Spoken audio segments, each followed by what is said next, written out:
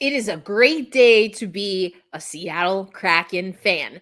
Welcome to the Friday edition of Locked On Kraken. I am your host, Erica L. Ayala, coming to you from my hotel room in Boston. That's right. I was at the game last night as us, the Seattle Kraken, took down the Boston Bruins behind a Martin Jones shutout.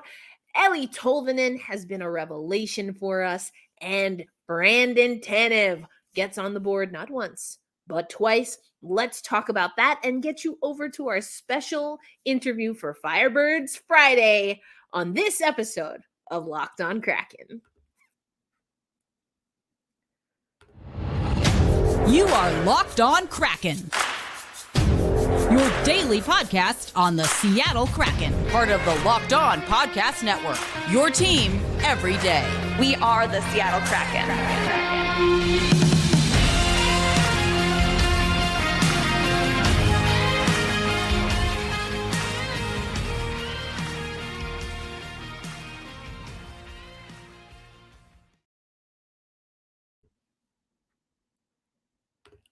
Hey, what do you say, Seattle hockey fans? Thank you for joining me for another Friday Fun Day episode of Locked On Kraken. We appreciate you making us a part of your daily routine. Now, some of you caught basically what ended up being a pregame show. I was coming to you live from TD Garden, and I said it in the comments.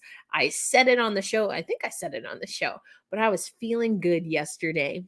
I was feeling good. Our team sounded good.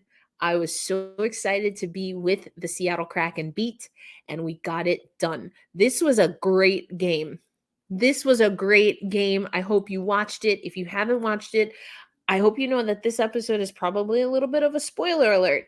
But even if you know how the ending goes, I highly recommend you watch what Martin Jones called likely our most complete game of the season. And I'm hard-pressed to disagree with him. So let's get into this before we head over to Firebirds Friday. This is from the amazing Allison Lucan, who I got to see in person. We took a photo. We grabbed hugs. We caught up. It was amazing. Going into a game against a top team in the NHL standings, Dave Hakstol wanted his team to play to their identity and do it consistently. His team did so and then some. Now I'm going to stop here because at morning skate, I asked Dave Hakstol about that challenge that he posted to the Seattle Kraken right in between the Edmonton games. Now, in true Dave Hakstol fashion, which I absolutely love, I'm not even going to lie, he didn't appreciate and corrected me in saying that he didn't feel that he challenged the team. Okay, that's fair. My words, not his. But he asked that critical question. Remember, he was asking the question on if the team was going to be able to do what is needed to be done. Are they committed to what needs to be done to play at a higher level? I'm summarizing, paraphrasing, but again, check out the show notes because I have that video up on the YouTube channel and you can hear his words exact.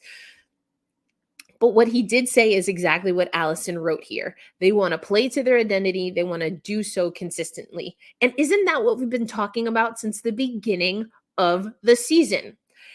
And I love that this line from Allison. His team did so and then some. And I talked about it on my immediate reactions. If you haven't seen that, it's floating around social media. But the Seattle Kraken, they really had to sustain a lot of pressure from the Boston Bruins early, and they did that. It didn't look pretty at times, but Martin Jones stood strong. He was great at sealing the post. Players were active with sticks. Now, what I did see is great positioning, great cycling. So anytime, and this is a lot of what you've heard Yanni Gourde talk about it, Matty Beniers talked about it, Ryan Donato has talked about it. They're really focusing on, you might call it like what you see as far as zone defense in basketball. You are taking up, if there's empty space created by your teammate, you take up that empty space. And good, smooth hockey is a lot like that, whether you're on offense, whether you're on defense, and they did a great job. So all of that stuff of having the near post, of having players in kind of the slot area or near the crease and not being marked, none of that None of that. Okay. I love to be critical about that, but the way it was a smooth game and it was a little dicey because you do loan yourself to fatigue when you play that way. You do loan yourself to, other teams just having to get fancy using the body. But this was beautiful. Highly recommend you watch this game. I think eye test tells me Martin Jones is right. It's probably our most complete game, arguably our best game. And who's going to say no when we beat the top team in the NHL? It took power plays. Now, here's where it wasn't perfect, but we're never going to get perfect. After the game, Dave Haxtell told us that didn't like what he saw regarding, the circle. Weren't winning faceoffs. Didn't like that we didn't convert on the power play. But you know who didn't convert on the power play or at any time? The Boston Bruins. So, although he felt that there's still work to be done on special teams, he liked that the energy and I would say the confidence almost. Hey, we can hang with this team.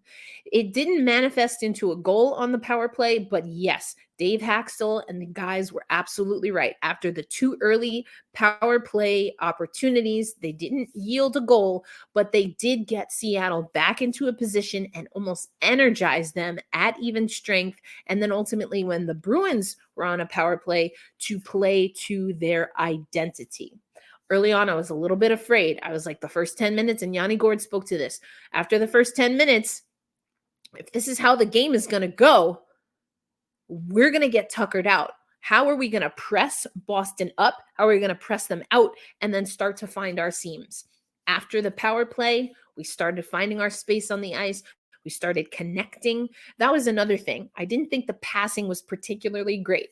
That is until Daniel Sprung connected with Brandon Tanev. Now, is it a pass? Is it a cross? That's kind of more of a soccer term, but it was a whip, straight beeline from an odd angle to the net, and Brandon Tanev was able to tip it in. And it was a beautiful goal, a grit and grind play by Sprung and Tanev to get something going. I talked about it yesterday. Getting on the board early, scoring first, leading after the first period. All great things for Seattle, but it wasn't going to be enough against Boston. What was the metric? If you remember from yesterday's show, if you need to pause and go watch that one and then come back here, go ahead and do that. But Auntie went on the record saying the measure of Seattle for yesterday's game was going to be what we are doing after 2 periods. That's what we needed. That's what we needed. We kept Boston off the board. They really started to pepper Martin Jones at a certain point in the game, and we withstood the pressure. I love this stat from Allison Lucan. Seattle has now either tied or outscored their opponents in 17 straight periods. That is an NHL record. That is an NHL record. They've won 7 straight games, making them the 7th team in NHL history to win each of its first 6 games on a road trip. The last to do it, San Jose in 2015-16. Oh, yes, that was a long time ago. San Jose. Little shade, yes, but deal with it. They are now the only team to have not lost in 2023 and the first team to beat Boston in regulation. They're the only team to shut out the Bruins this year. Oh, proud. I'm so proud of this team. And my only regret about today's episode is that I pre-recorded this segment with Jason Hernandez for Firebirds Friday. It might be a good thing, though, because I would just be gloating over this team. I'm so proud. Some of you, I'm just so proud of this team. What I want to say before we do transition to our interview for today, it's important for you to know that the Seattle Kraken Media Corps, so that's not just people who work for the team, that's also the people that work for Root Sports, that's also people who work for outlets not directly affiliated, whether they be independent or mainstream media outlets. This is a good group. They are as advertised. All of the energy, the love, the support, the positivity that you see on social media and that I talk about on the podcast when we have guests, that is genuine. That is real. And I wanted to start there because for those who may not know, although if you're a hockey fan, you might have deduced some things, not every media core is like that. Whether we're talking hockey or any other sport at any level. And I was already feeling good going into the game for the team, for the roster's sake. But then to have that group be so supportive, we're going to have an interview that we'll show you or you'll hear. We didn't have audio because we weren't doing it virtually, but we'll have an interview from one of the broadcasters coming up. It's a special group. I've said it from the beginning. I've had an opportunity or I was approached to do a hockey podcast about a team. And I really didn't have any affinity to an NHL team before the Seattle Kraken. And I'm so glad that I didn't just jump into an opportunity because passion's important to me. I'm sure you figured that out. It's tough for me to get going if I'm not passionate, if I don't believe in what's happening. I might not always agree with what's happening, but that there's a difference. It's slight at times, but you can maybe not agree with someone, but still believe in them. I don't agree that Ron Francis hasn't brought in a defender, but I still believe in him. That's what I want. I trust that his vision is greater than what I know and what I can see. And that's been my experience with Seattle. Are they perfect? Absolutely not. I'm sure there's things that I don't know about that maybe I would disagree with further.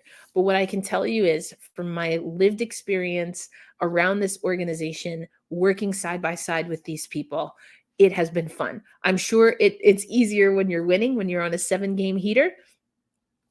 But this is a good group and I'm grateful. And I didn't want to end this first segment without saying that and making sure that you understand how rare, okay? Truly, how rare that is. But as promised, coming up on Locked On Kraken, we are going to talk to Jason Hernandez. Now, you might have heard his voice a time or two right here on Locked On Kraken. That's because he, of course, is one of the hosts of the Locked On show. He hosts the Locked On Ducks show. They're not having as much success as we are. He's joined us on playback before. He's amazing. And he's now your PA voice for the Coachella Valley Firebirds. Before I take you there, though, a few things that you need to know. You probably guessed this by now, but yes, we did pre-record this. We recorded this before Tuesday's game in which Cole Lind wins for the Coachella Valley Firebirds in a shootout and extends, the Firebirds' point streak to 9 points in 9 consecutive games. That was Joey Decord who gets the win.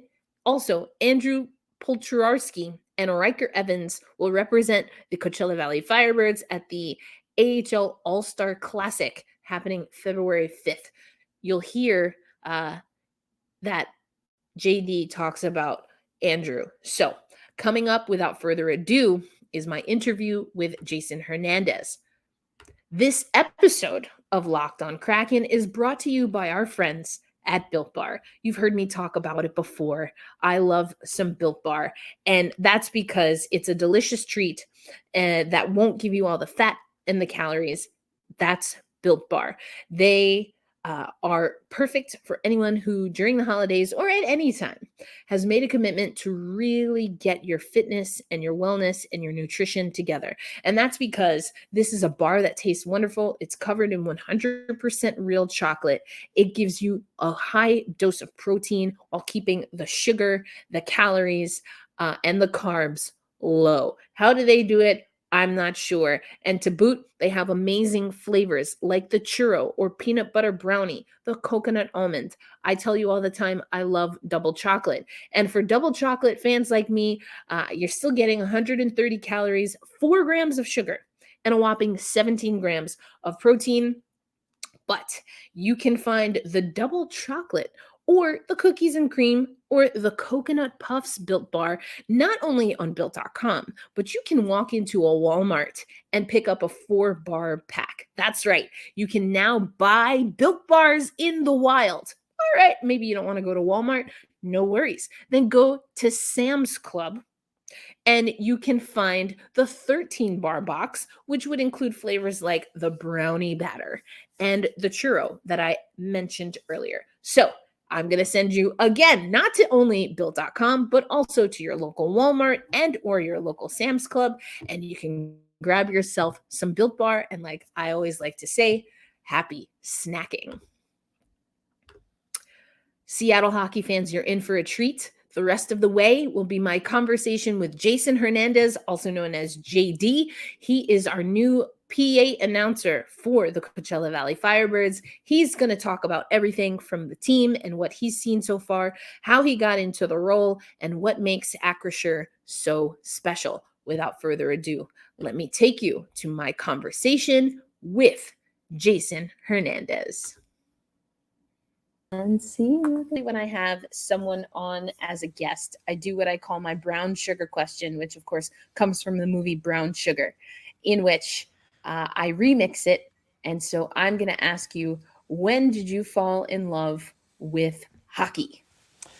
It started way back before there was even a Coachella Valley, before an Ontario Reign, before a lot of these things, before the Anaheim Ducks. This started with the Los Angeles Kings. When Wayne Gretzky was in town and Luc Robitaille was there and Kelly Rudy was there. So this was before all of that.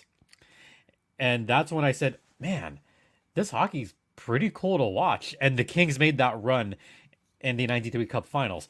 And then the Ducks arrived in 94. And that's when everything just completely blew up here in SoCal. I mean, the Mighty Ducks were like the hot team. They were the cool team. And one of my favorite all-time players became a Mighty Duck, Paul Kariya.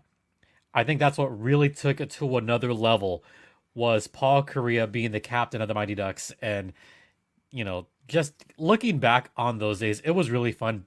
Back when I could rollerblade for the little bit of time that I did that. Back when I could do that. It was just fun trying to like be like, yeah, I want to skate with like those guys.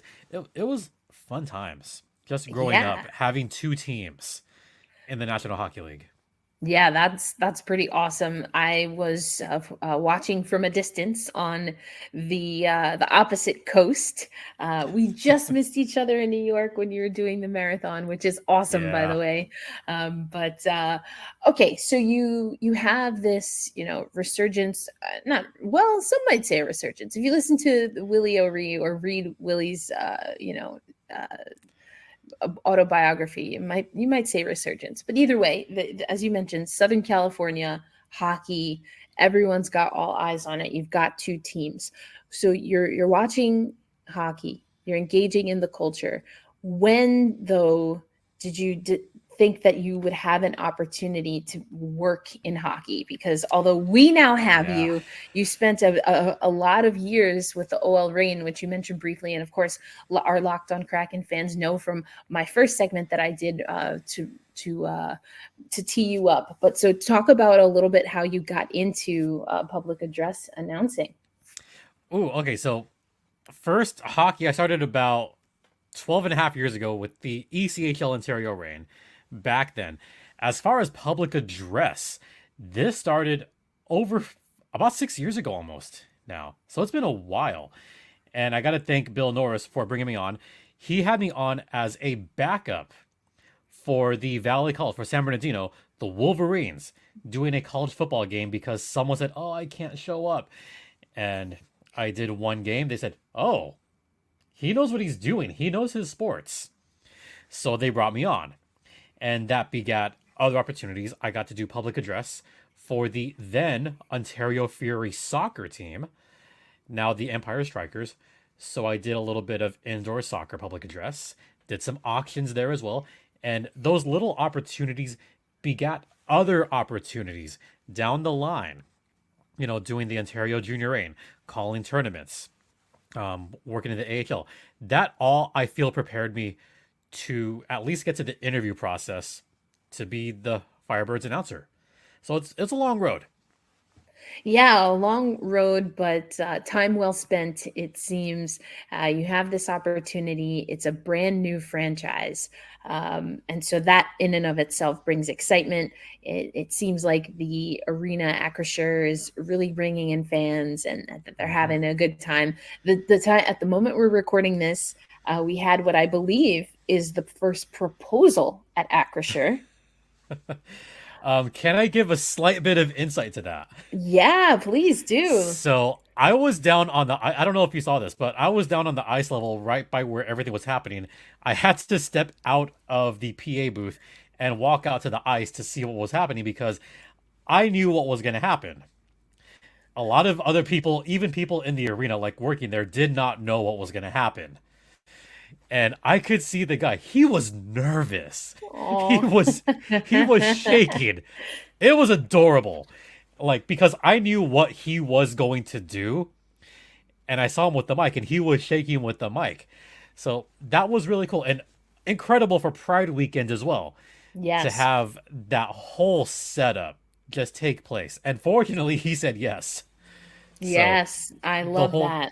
the whole thing was executed so well and super adorable by the way. Yeah, and it was amazing. You mentioned it was Pride Night. It was amazing to see those uniforms live in person because when the Coachella Valley Firebirds announced the official team name, logo, all of that, they gave us all of the assets, including the Pride logo. That was one of the first things that we got. And so fans of the show who've been listening and particularly watching for a long time, you've seen that logo before. We've shown Yep. it on, but now to see it in action and then to have, as you mentioned, the first proposal, he said yes. That was amazing, and you were right there. So before we get into, because it's a Firebirds Friday, we want to get into the team, but before we do that, just for people who maybe don't know, a PA announcer, it's something that you hear at all sports. And even as an analyst who's in the booth, usually side by side when I'm in person with a PA announcer, you have a sense of what PA does, but like how much of your job is really focusing on the play and relaying that? How much of it is kind of crowd control? Like, how would you Ooh. encompass what it takes to be a PA announcer? It's about 95% watching the game and having a sense of what is going to happen. I know people say that jokingly, like, oh, you just sit there and watch a game. Like, well, that's part of it. But another part of it is you have to sense the feeling of the crowd. You have to have a sense of what you think is going to happen or what could happen. I mean, I do love the tagline, get fired up. It feels like just such a great line to say to lines. Like you could say, "Oh, make some noise," or some other teams try to force their own weird taglines. I won't say certain teams or one that I've worked for that has a couple of lines forced. But get fired up just sounds natural. Like, oh, the Firebirds, fired up. It works. It works perfectly. And you kind of have to sense, oh, if it's a blowout, maybe bring it back a little bit. But games like, well, first off, the teddy bear toss game, that was another level because it was just close all the way around, and he just got to get the fans fired up. Once I announced that teddy bear toss goal, I just let it all hang out. I probably blew out my voice. I didn't really, but I felt like I wanted to blow out my voice because, oh my God, it finally happened. And I was nervous, not because it was like my second game out, but I was nervous because it happened so late in the game. There was only a few minutes left in the third period. Fans have been sitting there for more than 2.5 periods, waiting to toss those bears. And also the 7-6 game, the comeback game against the Ontario Reign, just after Christmas, when the Firebirds were down 3 goals, they came back, tied it up 6-6, won it 7-6 in regulation, thanks to Potsy, Andrew Podorowski, one of my guys, by the way. That sweet wraparound goal.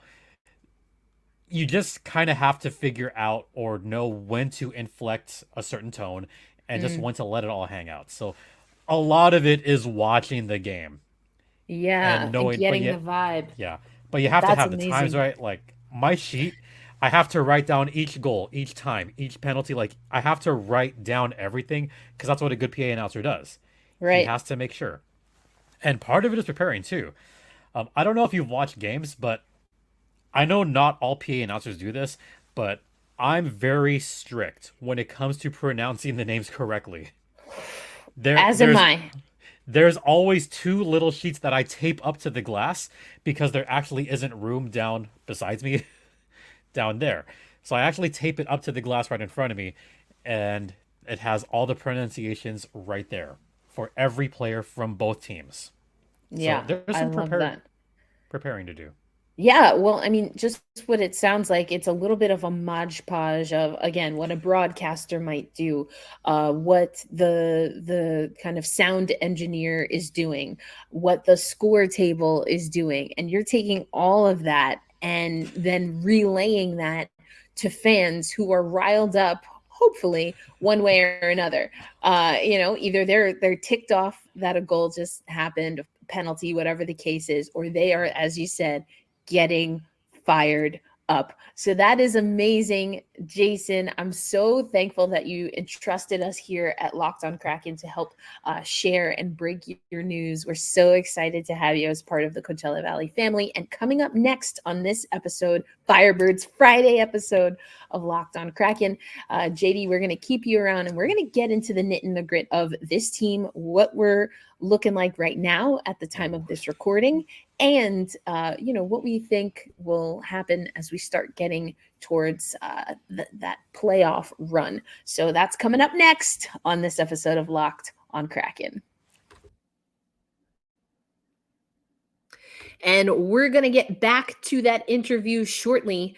Right now, I want to tell you that this episode of Locked on Kraken is brought to you by BetOnline. BetOnline.net is the fastest and easiest way to find everything that you need for your sports wagering information, and to do so, of course, not only smartly, but responsibly.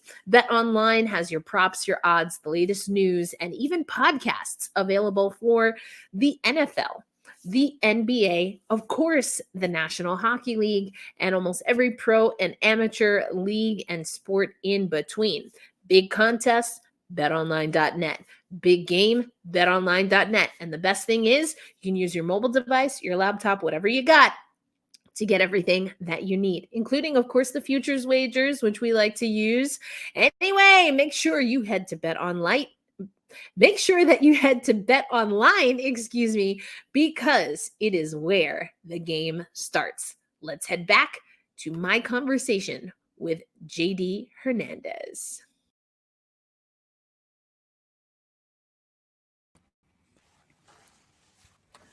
All right, JD, we are back here with you.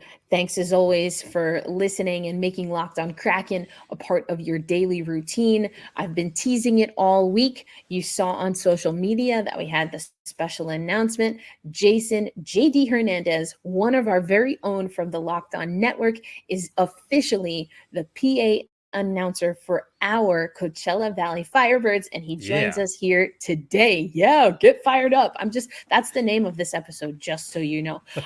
So that's what we're gonna do. But let's get fired up about this team. Now, we talked about a lot of the players that were with the Charlotte Checkers. I said we were co-parenting with the Florida Panthers last year, and so we kept It's true. It's true. We were co-parenting, that's what we were doing. But now we have a home of our own at Acrisure, and we have our coaching staff, and Disco Dan and Jeff He's a Campbell. Legend. I know. Dan Bilesma's a legend. I know. He still won't tell us, at least those who don't already know, where the disco part comes from, but we'll get it out of him eventually. But at the time of this recording, the Coachella Valley Firebirds, first in the Pacific Division, 22-6-3 overall. First in the AHL. There you go. Overall as well. I was just focusing on the division, but you're absolutely right. We're tops in the AHL, 22-6-3, 48 points. And, Jasper Froden, am I saying that right? Jasper? Froden. Well, it's actually Froden, yeah. Jesper Froden. Jesper, see, that's why we got the PA announcer here. Jesper Froden, 15 goals, 16 assists, and then Max McCormick. We talked about him a lot, especially in that playoff run for the Checkers last year. 13 goals, 19 assists at the time of this recording. Again, if you listen to the first segment, you got the update off Tuesday's game. Just as someone who has been following the AHL for a while and now has been able to work a few Coachella Valley games, what makes this squad special to you? Okay, so the first thing that makes this squad special is the coaching staff, and it begins with Dan Bilesma, who has instilled a certain culture to this team and a certain, I guess, hard-working vibe for this entire team. No one quits on any play. They will give every second 110%.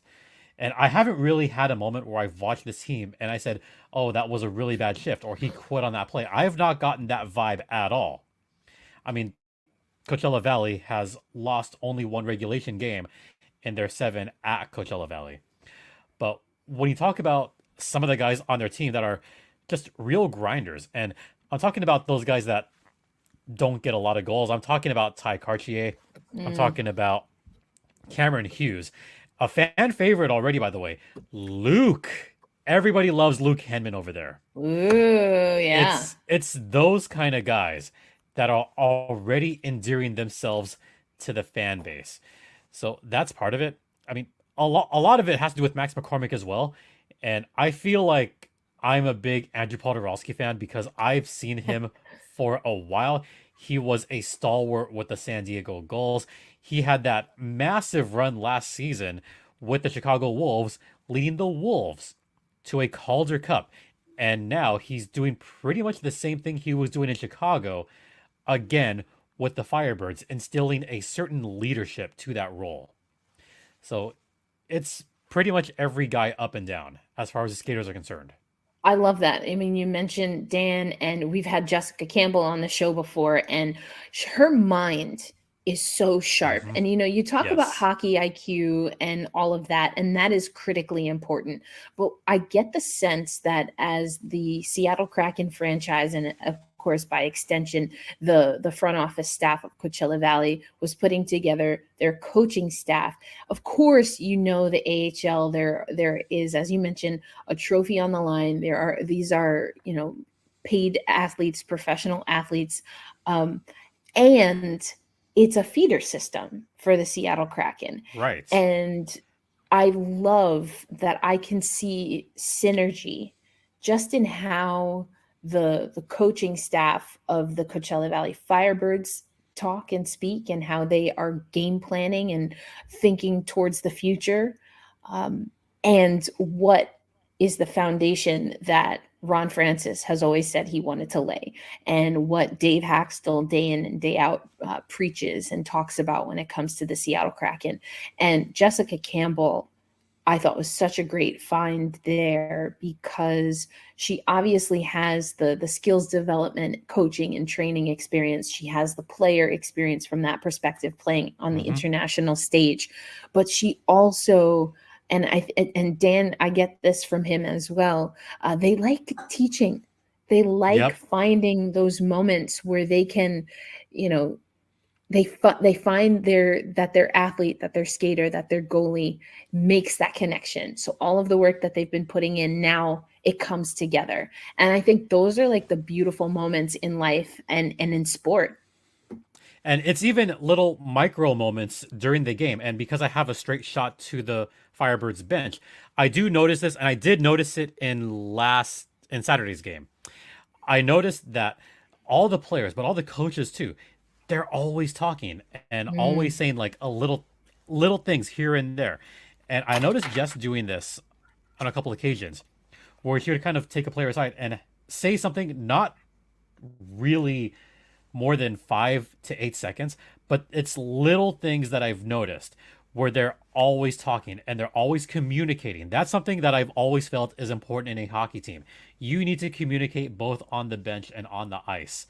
And with that staff, they're great at teaching the finer points of the game, because while you do have some vets on that team, you still have some guys that want to go up to the Kraken at some point, and Yeah. probably eventually will at some point.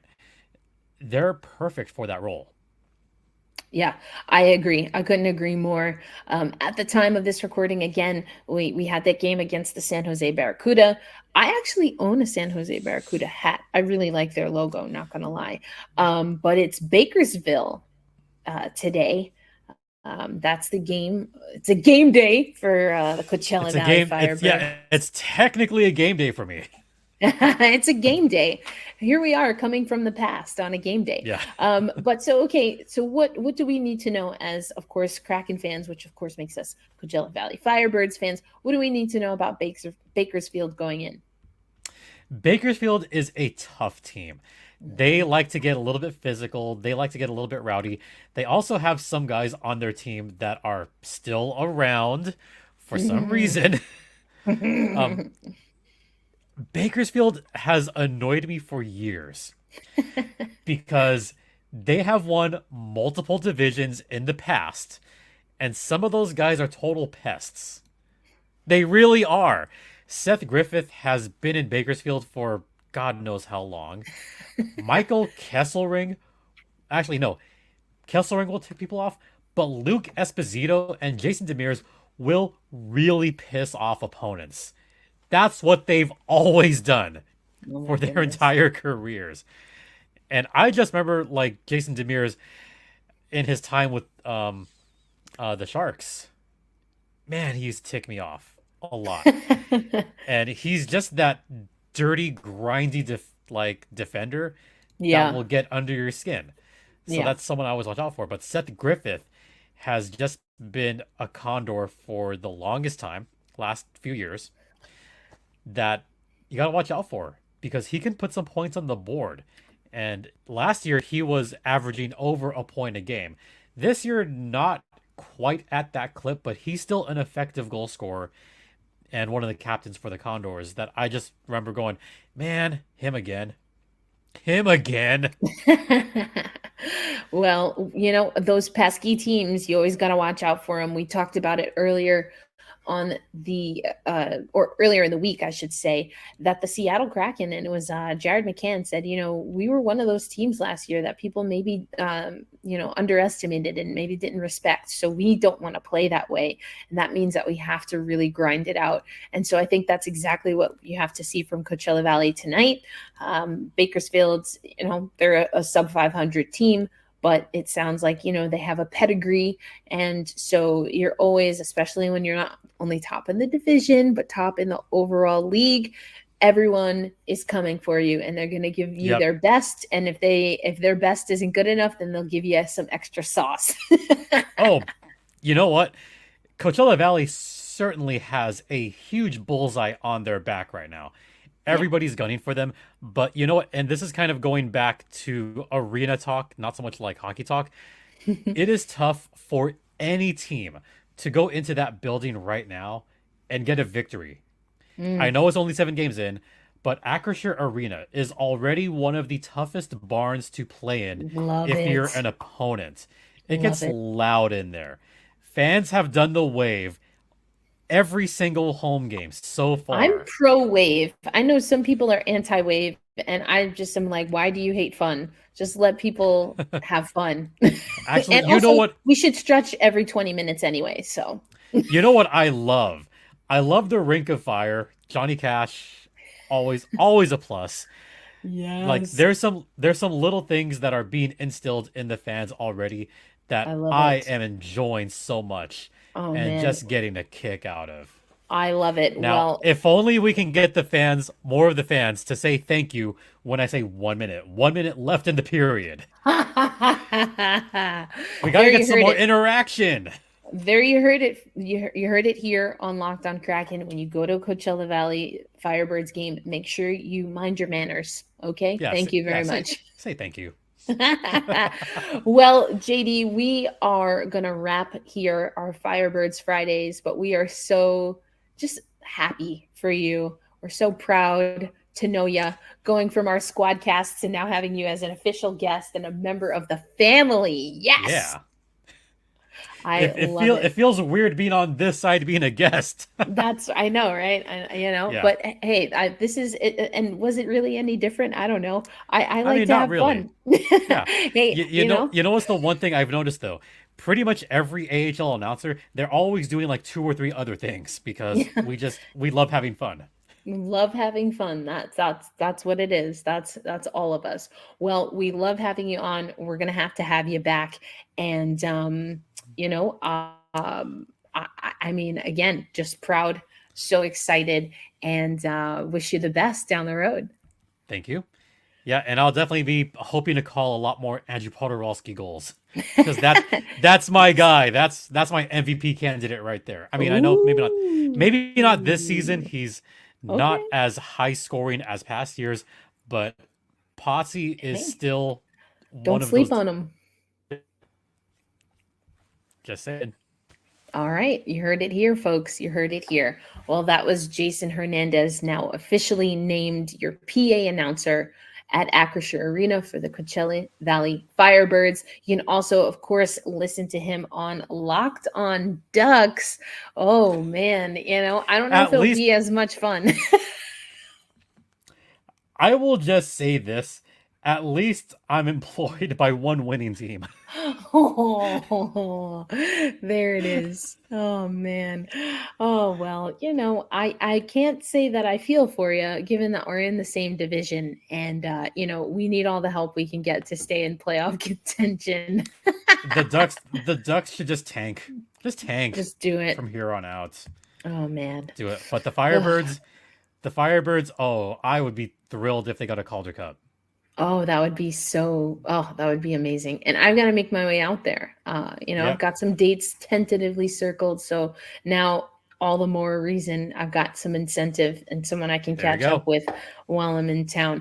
All right, JD, we're going to let you go. We're going to wrap this episode of Locked on Kraken. But thanks as always. And again, make sure, although this isn't an official squadcast, that you go listen to Locked on Ducks and make sure to support our brother here as he and his team maybe try to join the Connor Bedard lottery.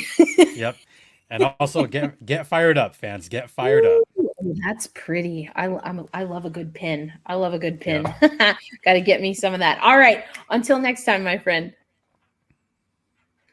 I hope you enjoyed that episode. Isn't JD amazing? He called it Potsy. And now Andrew, of course, is an AHL All-Star. So we're going to actually have to get JD back. I don't know if he's going to be a regular staple for Firebirds Friday, but we're definitely going to have his expertise back because he is our eyes and ears in the Coachella Valley.